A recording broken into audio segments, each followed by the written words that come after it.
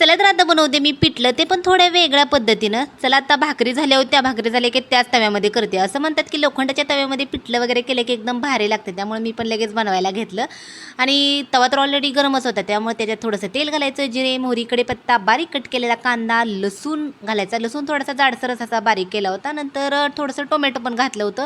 छान व्यवस्थित भाजून घ्यायचं. नंतर थोडीशी हळद घालायची आहे, पाणी घालायचं, कोथिंबीर घालायची, मीठ घालायचं आणि थोडासा ओवा पण घालायचा.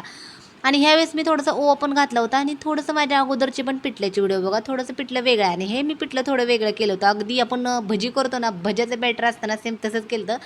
फक्त एवढंच की भज्यामध्ये असतं तर टोमॅटो नसतं. मी ह्याच्यामध्ये टोमॅटो घातलं होतं. छान व्यवस्थित कमी गॅसवर सगळं मिक्स करायचं, झाकण लावायचं आणि सगळं झाकण लावून छान असं शिजू द्यायचं. आणि मला खालचं करपलेला भाग खूप आवडतो. तुम्हाला असं खाली करपलेलं आवडतं का? तर ते पण सांगा आणि चला पिठलं कसं वाटलं ते पण सांगा आणि जेवण पण करायला या पटकन. चला.